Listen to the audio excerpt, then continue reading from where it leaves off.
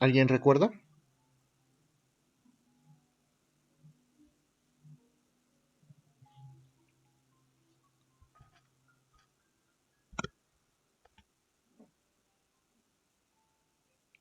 ¿Nadie recuerda que vimos de la sociedad anónima?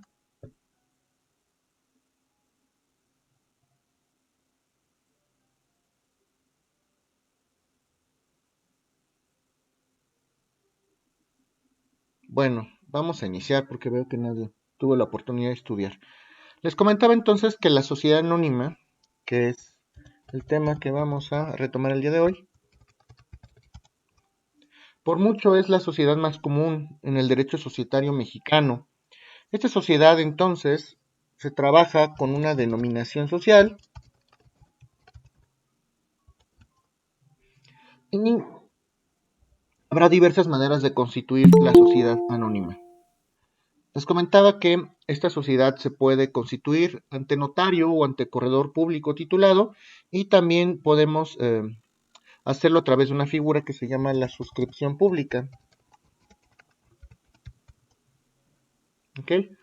En el acta constitutiva ya referíamos al inicio de este curso de Derecho Societario que el artículo 6 de la Ley General de Sociedades Mercantiles nos va a establecer entonces cuáles son aquellos requisitos que debe de tener el acta constitutiva, ya lo vimos en clase, y también el propio artículo 91 de la Ley General de Sociedades Mercantiles, de manera concreta ya en el tema de la sociedad anónima.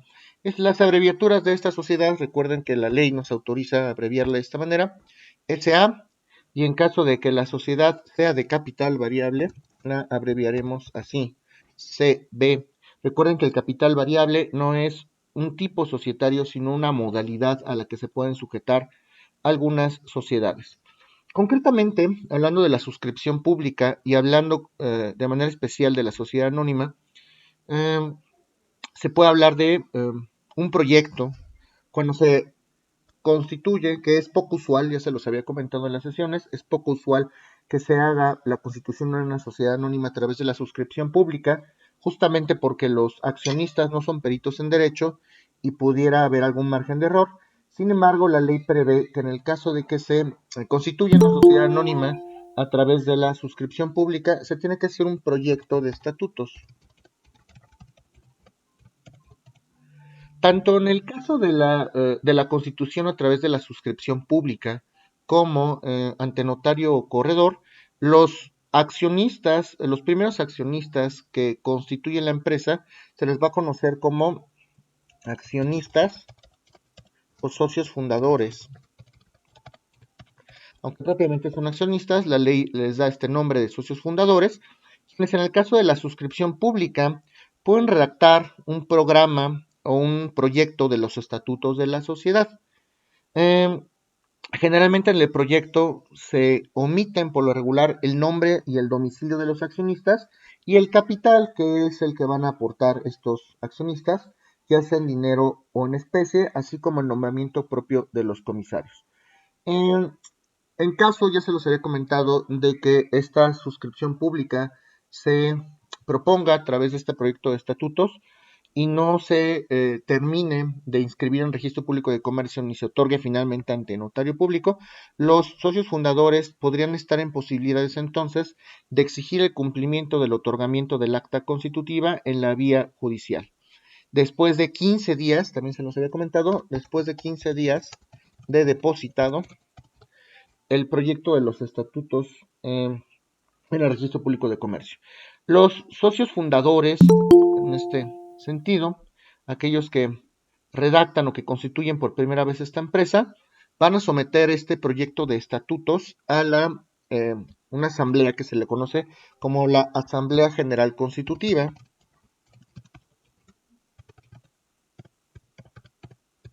La Asamblea General Constitutiva, que en el futuro será la Asamblea de Accionistas, el máximo órgano de la sociedad, será entonces integrada por las personas que van a conformar o que van a constituir o crear, en primer lugar, esta sociedad anónima.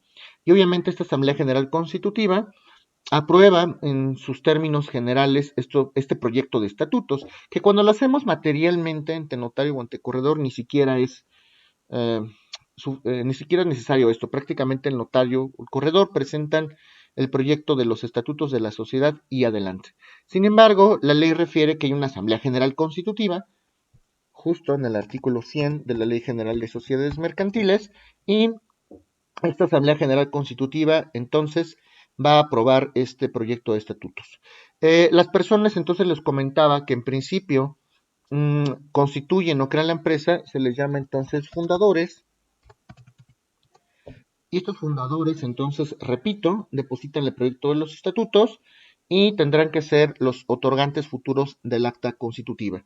En el acta constitutiva se pueden establecer beneficios a favor de los fundadores si es que no perjudica de alguna manera a la sociedad.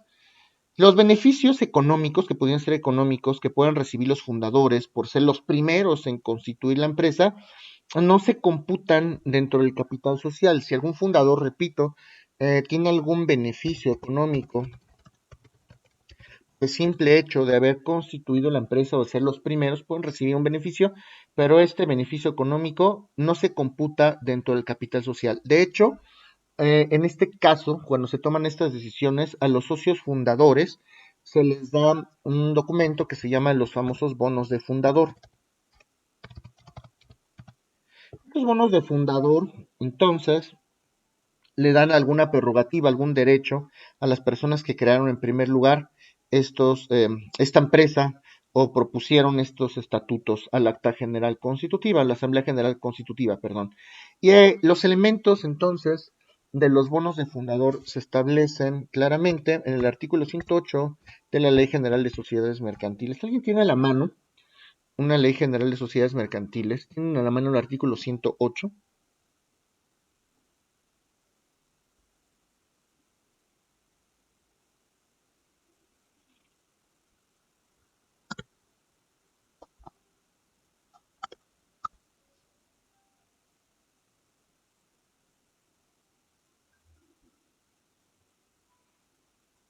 ¿Alguien tiene Ley General de Sociedades Mercantiles, artículo 108?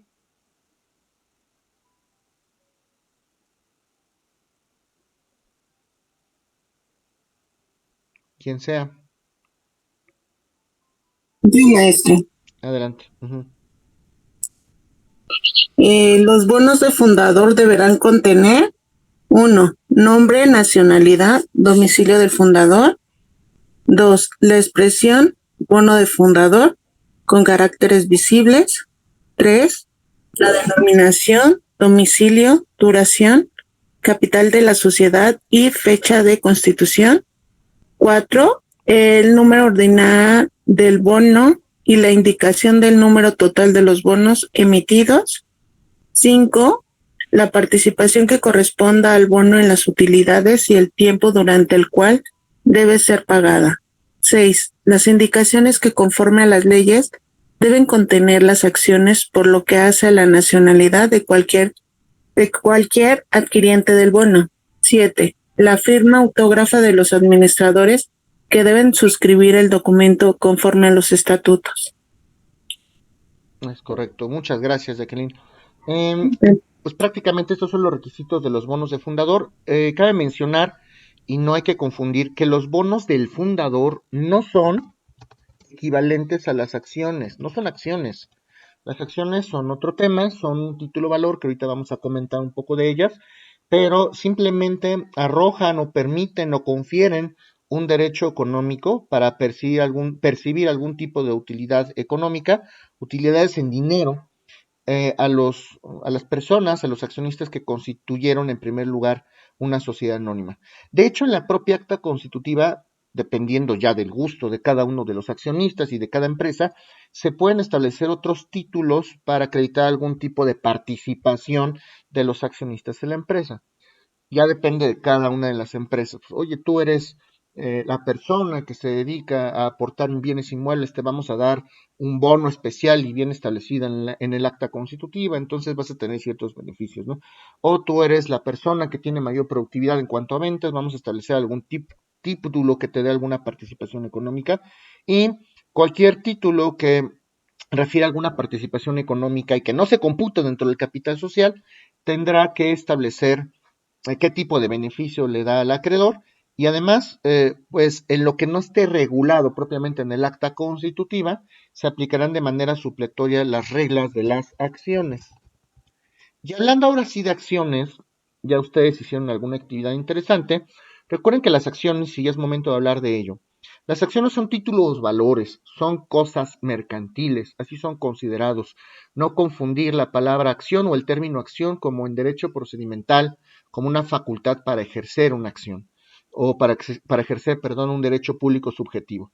Las acciones son el título valor que representan la manera en que se divide el capital social de una sociedad anónima, en este caso. Ya comentamos que hay otros tipos de sociedades por acciones.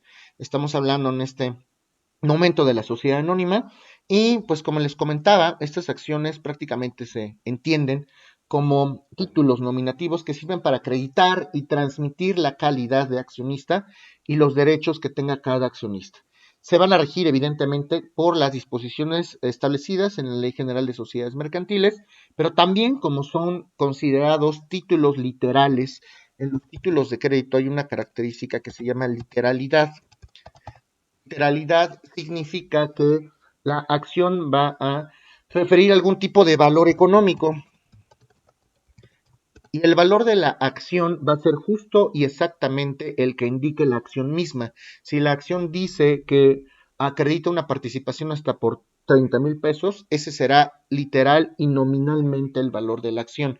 Eso significa que sean títulos literales, que el valor de la acción va a estar determinado por lo que indica el propio documento, y en ese sentido, como se siguen o se aplican de manera supletoria las reglas de la Ley General de Títulos y Operaciones de Crédito, se llevarán a cabo de esta manera porque también las acciones se consideran títulos valor con esta característica de la literalidad, siempre y cuando sean compatibles con la naturaleza y no contravenga lo establecido en la Ley General de Sociedades Mercantiles.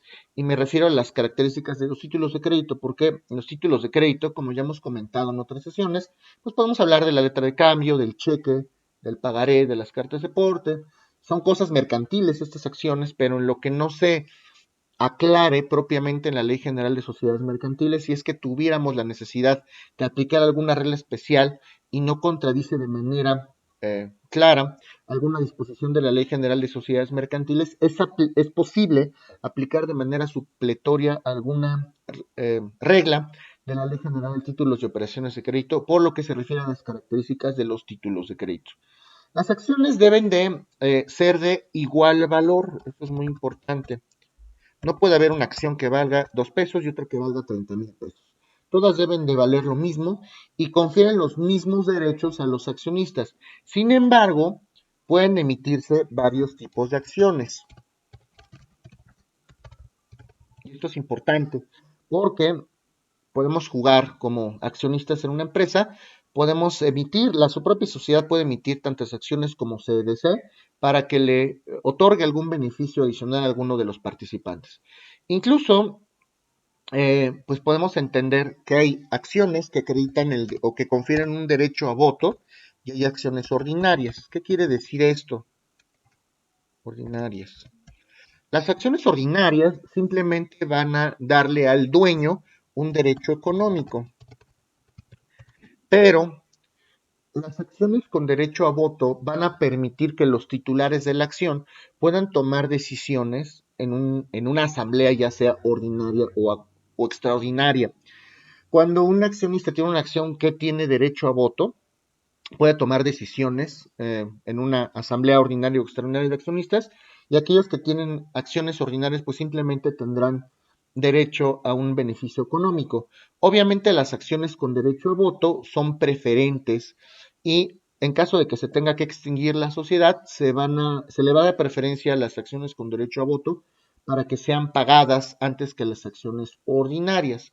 En el caso de las acciones ordinarias, también la ley establece que por lo menos se le tendría que dar un 5% del beneficio de las utilidades a aquellos que por regla general tengan acciones ordinarias en las sociedades anónimas, es decir, tendrían un pago limitado, mientras que las acciones con derecho a voto pues tendrían derecho a la percepción que acredita el mismo título en proporción a su aportación al capital social. ¿Hasta aquí tienen alguna duda de esto que estoy comentando?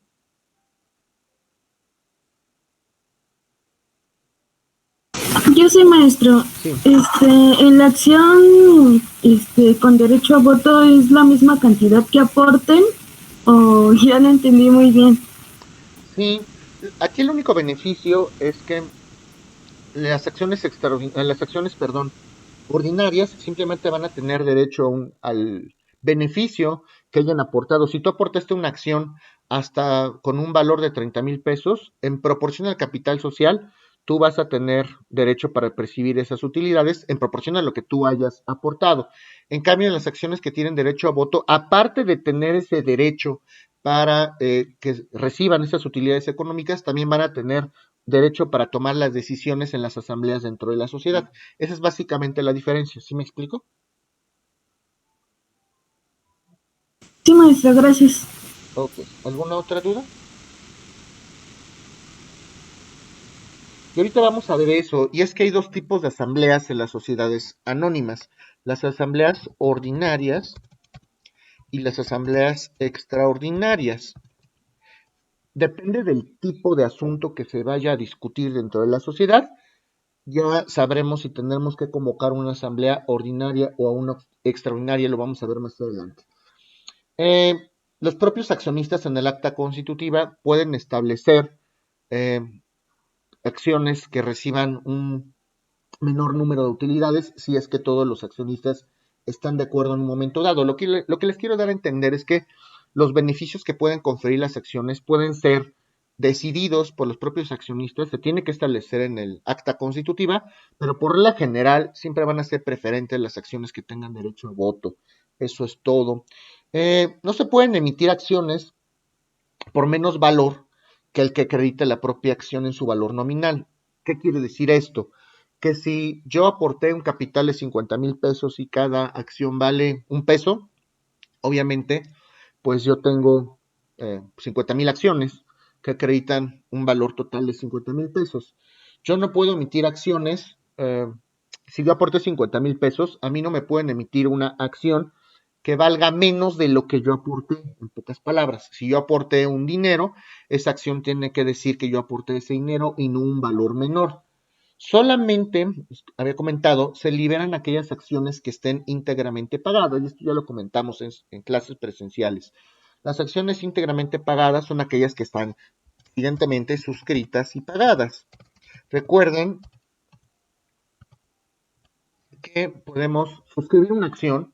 Suscribir significa entonces que la aportación económica que yo hice aparezca en el acta constitutiva, pero pude todavía no haber cubierto el precio total. Cuando lo cubro, entonces se dice que la acción ya está pagada y está liberada. Me cambian, hacen un canje, la sociedad me va a canjear un bono de fundador por la acción definitiva que esté íntegramente pagada. ¿Hasta aquí tienen alguna duda? No, maestra. Gracias. En algunos casos, cuando se quiere capitalizar a la empresa o a la sociedad anónima, es posible que conforme a la fluctuación monetaria que hay en el país, se tenga que actualizar el precio de las acciones. Si yo constituí una empresa en el 2002, por ejemplo, y aporté 50,000 pesos, esos 50,000 pesos del 2002 no son los mismos 50,000 pesos que en el año 2022. Ha habido muchos cambios en la inflación y en la fluctuación monetaria del país y también a nivel internacional, muchos factores económicos. Entonces, hay un indicador que se llama Índice Nacional de Precios al Consumidor, que es una cifra oficial y sirve para actualizar las cantidades de antes a cantidades de hoy.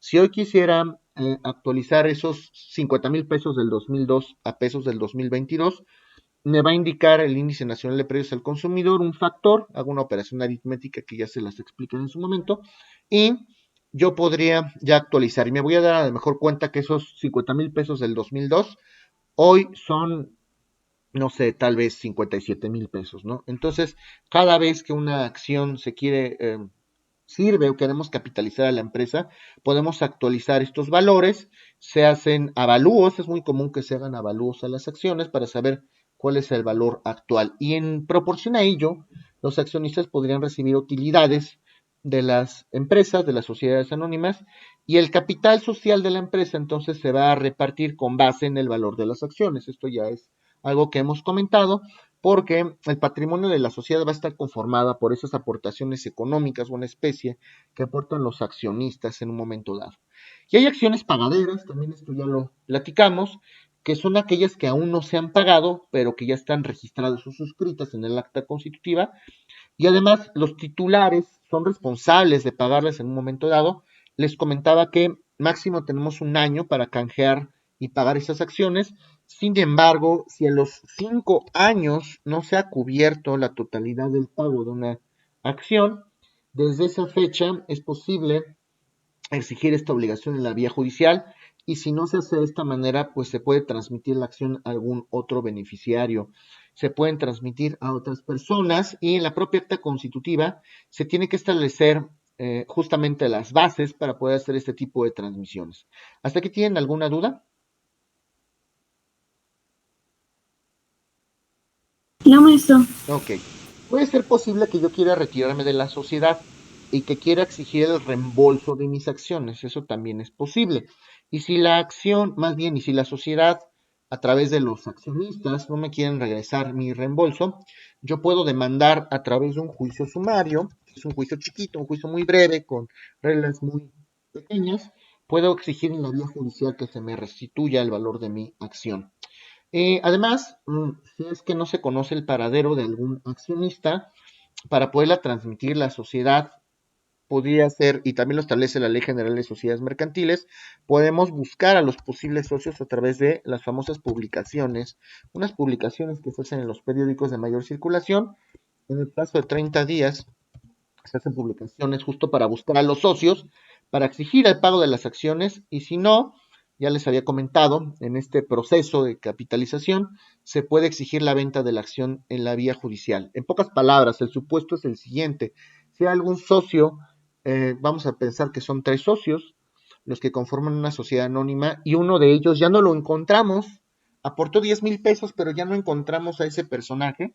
Nosotros hacemos publicaciones para tratar de encontrarlo, 30 días en los periódicos. Si después de esos 30 días no lo localizamos, podemos iniciar una acción legal para vender su acción y repartirla a la mejor o a los demás socios o accionistas y capitalizarlo.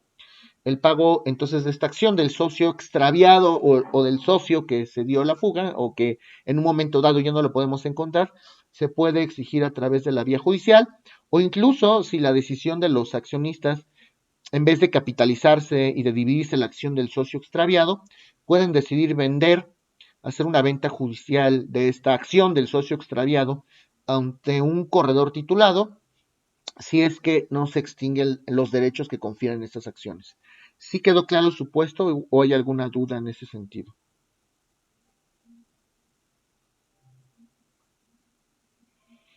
Maestro, ¿y a mí me lo podría volver a repetir, por favor?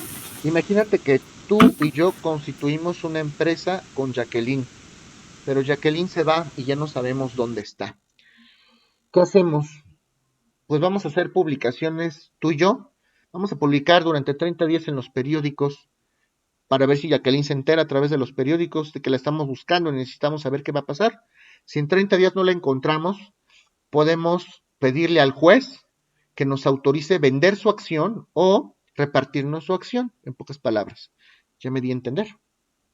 Sí, maestro, pero igual, por ejemplo, para hacer publicaciones en el periódico no estaría como igual pagando para hacer esas mismas publicaciones Sí, para el claro, radio. tenemos que pagar, por supuesto. Tenemos que pagar, y la ley simple y sencillamente te dice haz publicaciones y lo hacemos y ya. Eso obviamente será a cargo del peculio o del patrimonio de la sociedad, evidentemente. Ujú. Ok, maestro, ya entendí muchísimo mejor, gracias. Claro que sí. Gracias. Bueno, las acciones entonces tienen una característica, y es que son indivisibles. Es decir, las acciones no se pueden dividir. No es que si yo aporté 50,000 acciones me den 50,000 pedacitos de papel, por supuesto que no. Se emite un solo documento en papel seguridad suscrito por el administrador único o algunos sesionarios del Consejo de Administración, y en ese sentido pues ya se acreditará justamente este título. A pesar de que la acción que acredita todo el monto de algún accionista se emite en un solo documento. Por supuesto que puede haber varios propietarios de la misma acción, puede haber copropiedad. Es una acción hasta con valor de 50,000 pesos y no solo le pertenece a una persona, le pertenece a 3 personas. Eso es posible, que varias personas sean copropietarias de una acción. Si es el caso, los copropietarios pueden nombrar un representante común para que el representante común pues haga valer los derechos de todos los copropietarios de la acción. Si es que no deciden quién puede ser ese representante común, pues obviamente el juez lo puede nombrar en sustitución y pues ese pago de los beneficios o de los intereses, la manera en que van a cobrar estos copropietarios los beneficios o los intereses de esa acción, se tiene que establecer en los estatutos de la sociedad y máximo para reclamar el beneficio económico de una acción, la ley habla de 3 años. 3 años. Ahora bien, lo que les comentaba, esto es muy importante. Si yo suscribo una acción en el acta constitutiva, desde que se constituye la empresa, en lo que la pago, que tengo máximo un año, se me exhiben estos famosos documentos llamados certificados provisionales. Los certificados provisionales de las acciones que acreditan que yo suscribí un capital y que tengo además máximo un año para poder pagar completamente esta acción que fue suscrita y que no ha sido pagada. ¿Ok? ¿Hasta aquí tienen alguna duda? No, maestro. Ok. La ley establece que la sociedad tiene máximo 2 meses para darme este certificado provisional. Es muy importante entonces que ya a estas alturas ustedes sepan, que creo que ya lo hicieron además en su actividad, cuáles son los requisitos que deben contener las acciones. Y estos requisitos vienen en el artículo 125 de la Ley General de Sociedades Mercantiles. Las acciones, como les comentaba, se emiten en un solo documento, pueden acreditar una o más acciones y en lo que se emiten estas acciones definitivas, se emiten esos famosos certificados provisionales. Recuerden que las acciones tienen que estar registradas en el famoso libro de registro de acciones, porque además la ley dice que aquellos accionistas que parezcan dados de alta o inscritos en el libro de registro de acciones son los que se van a asumir como propietarios. Maestro, ¿quién expide el certificado provisional? La propia empresa, Yaret. La propia empresa la emite, eh, comercializadora de refrescos SASB, pero la firma los administradores únicos o el consejo de administración. Prácticamente el administrador único, generalmente lo que se hace es contratar un abogado, o si es que el administrador es abogado, ellos redactan la acción y se supone que la sociedad la emite, pero la firma el administrador único o el consejo de administración. ¿Sí está claro? ¿Sí disolví tu duda o no? Sí, maestro, gracias. Ok. Y entonces estas acciones deben estar inscritas en el libro de registro de accionistas y este libro es muy importante, que recuerden que es una de las obligaciones que tienen los comerciantes. Habría que revisar el artículo 128 de la Ley General de Sociedades Mercantiles, que indica justamente esta obligación de dar de alta tanto las acciones como los accionistas en este libro de accionistas. Las acciones y los certificados provisionales también, y eso es a juicio de los accionistas, pueden contener cupones. A veces así se hace. Durante mucho tiempo en propio Telmex hacía esto de los famosos cupones en las acciones. Era muy común y creo que todavía lo es, que afuera de Telmex se establezcan ahí algunos señores vendiendo acciones de Telmex. Obviamente, pues no con el valor que tienen propiamente las acciones de los socios mayoritarios, pero pueden tener cupones y te vendían esas acciones ahí con pequeños cuponcitos que sirven para reclamar algún tipo de dividendo o de utilidades de estas acciones.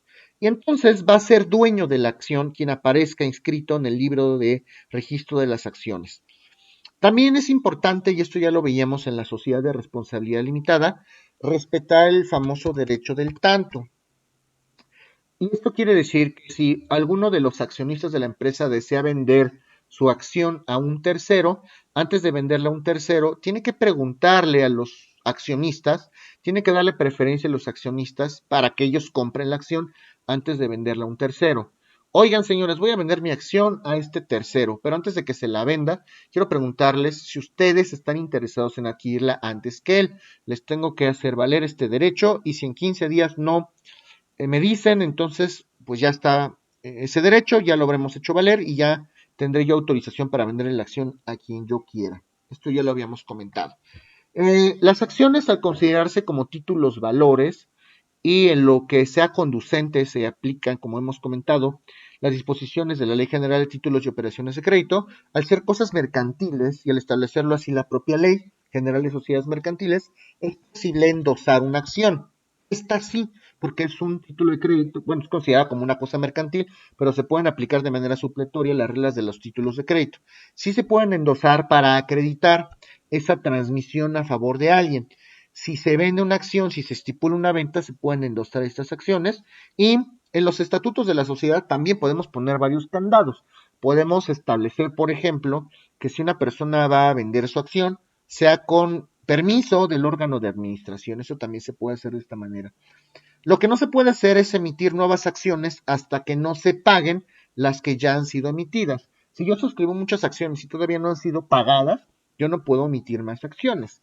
Las sociedades anónimas, además, no pueden adquirir y no pueden formar parte de su propio patrimonio sus propias acciones. Si yo tengo como socio a una persona moral y pues tiene la acción, una acción que acredita la participación en otra empresa, no pueden amortizar con sus propias acciones el valor de su capital o de su patrimonio. Puede existir el caso, por supuesto, de que por razones económicas sea necesario reducir el capital de la sociedad. De hecho, pues las reglas para amortizar las acciones o para que pueda capitalizarse la sociedad tienen que venir establecidas en la propia acta constitutiva, vienen incluso en el propio artículo 136 de la Ley General de Sociedades Mercantiles, en caso de que una sociedad necesite capitalizarse con algún monto, pues hay ciertas reglas que deben llevarse a cabo. Sin embargo, también hay que respetar este derecho al pago de las utilidades y a cada accionista obviamente se le va a pagar la utilidad en proporción o en función a la acción o a la aportación económica que ellos hicieron, que es lo que hemos comentado en todo este tiempo. En el caso de los consejeros del Consejo de Disculpe, Administración, maestra, sí, adelante. lo podría volver a repetir, es que como que se escuchó como Cortado. trabado. Ajá. Ok. Sí, les comentaba entonces que las sociedades anónimas no pueden adquirir sus propias acciones. A veces las empresas necesitan capitalizarse, necesitan dinero para solventar sus obligaciones, ¿no? Y si a veces no hay dinero, no está permitido que para que se capitalice una empresa, eh, las acciones que sean emitidas por esa sociedad se amorticen para que la sociedad pueda incrementar su patrimonio. Esto está prohibido.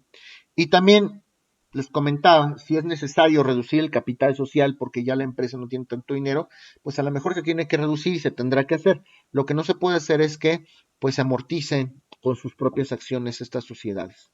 ¿Ya me di a entender o no?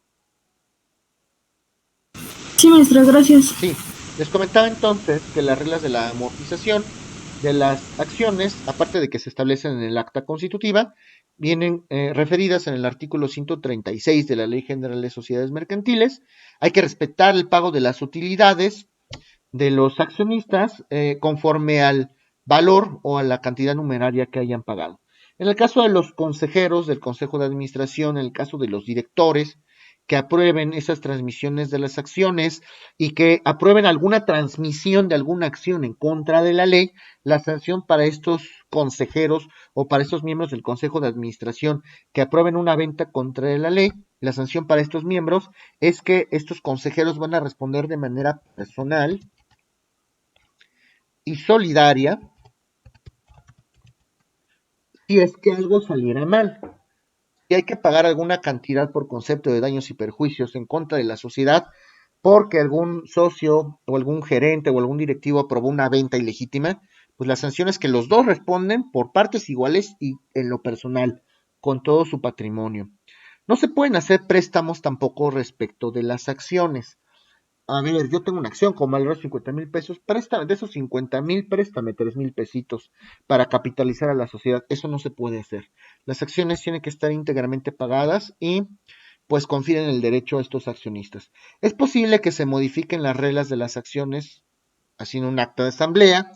Si es que esto se tiene que hacer, a lo mejor se tiene que modificar el acta constitutiva para todos aquellos asuntos que se requiera modificar el acta constitutiva, se tiene que hacer a través de una asamblea general extraordinaria.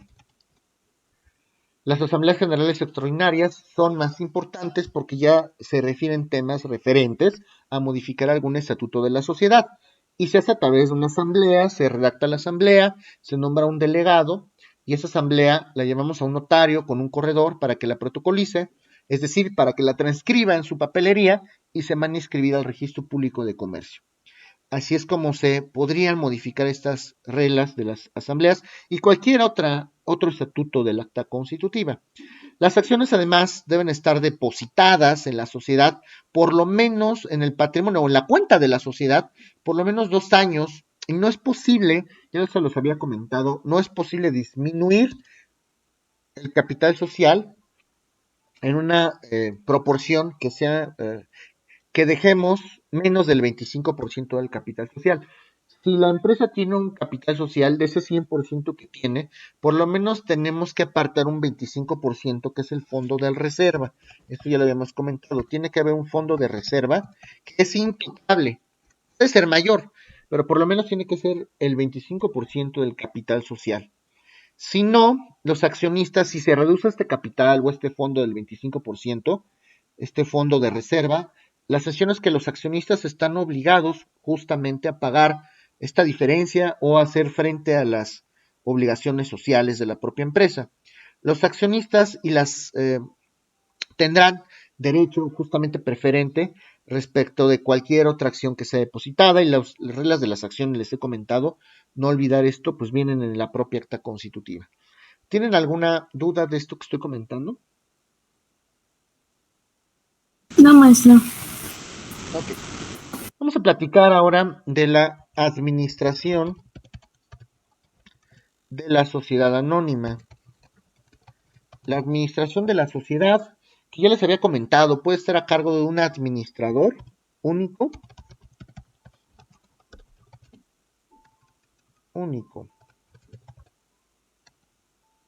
o de un consejo de administración.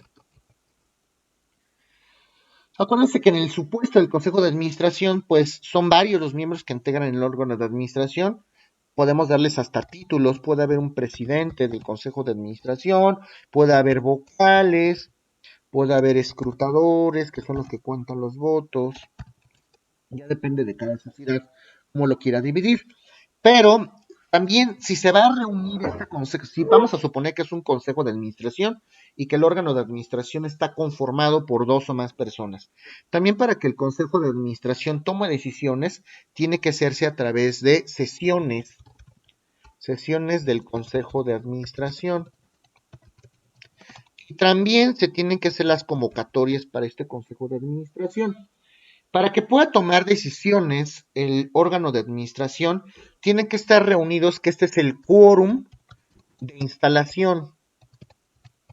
En primera convocatoria tiene que estar reunido por lo menos el 50% de los miembros del consejo de administración. Y la mayoría, o las decisiones se van a tomar por la mayoría, que en este caso serían el 26%. Si están reunidos todos, pues no hay problema, pero para que se celebre la asamblea, por lo menos tenemos que estar reunidos la mitad de los consejeros y las decisiones, para que sean favorables, les vamos a tomar por la mayoría de los presentes, que en estos casos sería el 26%.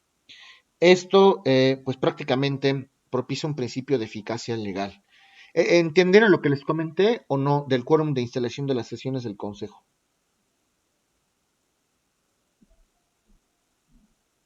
¿Está claro? Sí, maestro. Ok. Ahora, aquellas personas que representen por lo menos el 25% del capital de la empresa, aquellos accionistas que representen en conjunto o solitos el 25% del capital de la empresa, tienen derecho a nombrar un administrador para que deduzca sus derechos dentro de la empresa. Esto se le conoce, ya cuando hablamos de porcentajes mínimos para tomar decisiones, se le conoce como derecho de las minorías. Derecho de las minorías. Y pues los cargos de consejero, del consejo de administración, consejero, de gerentes, son personalísimos, no se pueden transferir, son cargos personalísimos. Esto es muy importante. Y cuando se llevan a cabo las asambleas, se pueden nombrar, como les comentaba en un momento dado, delegados para que acudan, aunque no hayan asistido a la asamblea, se nombra un delegado para que acudan ante el notario público de su elección, que pueden ser los propios gerentes, los directores o cualquier persona que designen los miembros del consejo, para que acudan ante el notario de su elección y puedan protocolizar estas sesiones del consejo. No pueden ser consejeros o administradores aquellas personas que no son hábiles para ejercer el comercio. Recuerden, aquellas personas que han sido condenadas por delito patrimonial, aquellas personas que están en quiebra, etcétera.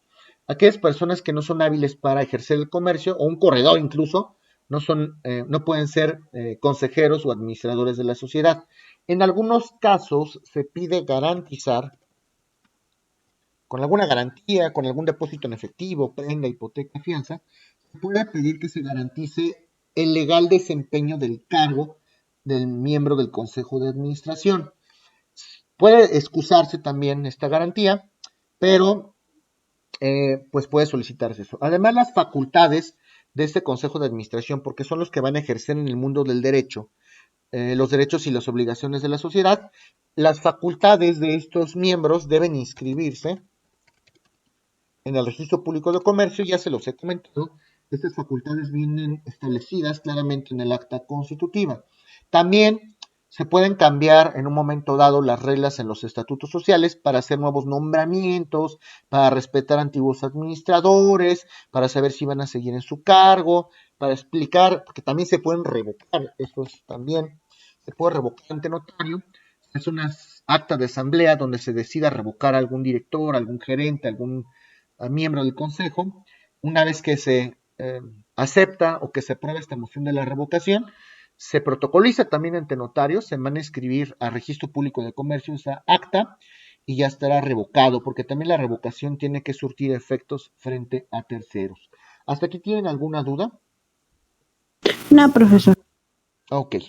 Los administradores van a ser responsables de los actos que hagan dentro de su encargo, no de las aportaciones de los socios. Si son socios, pues obviamente hasta el monto de sus aportaciones, pero los miembros del Consejo de Administración van a ser responsables de verificar que los socios aporten bien las cantidades, que paguen sus acciones, que se cumplan los estatutos de la sociedad, que se revise la contabilidad de la empresa, y en un momento dado que se lleven a cabo justamente las asambleas que se tienen que llevar a cabo en la vida de la sociedad de una manera adecuada.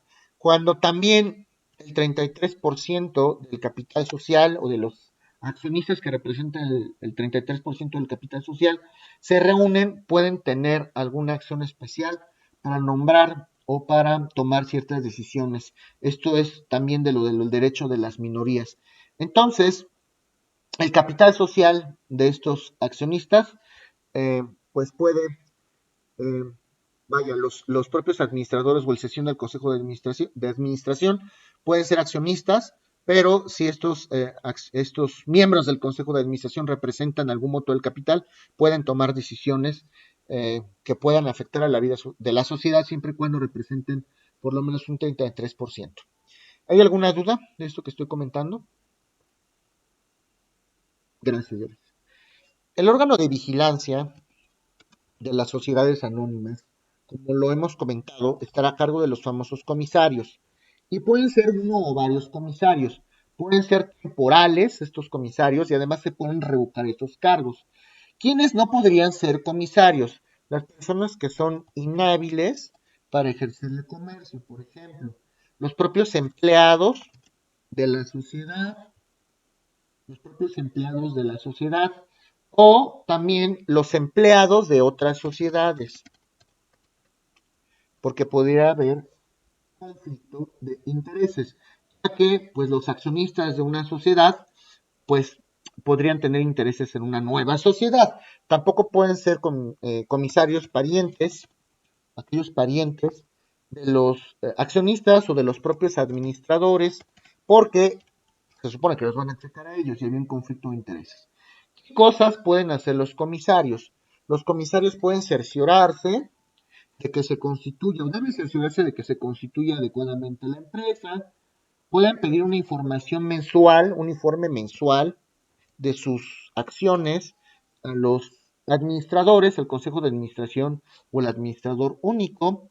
También van a examinar la documentación de la empresa.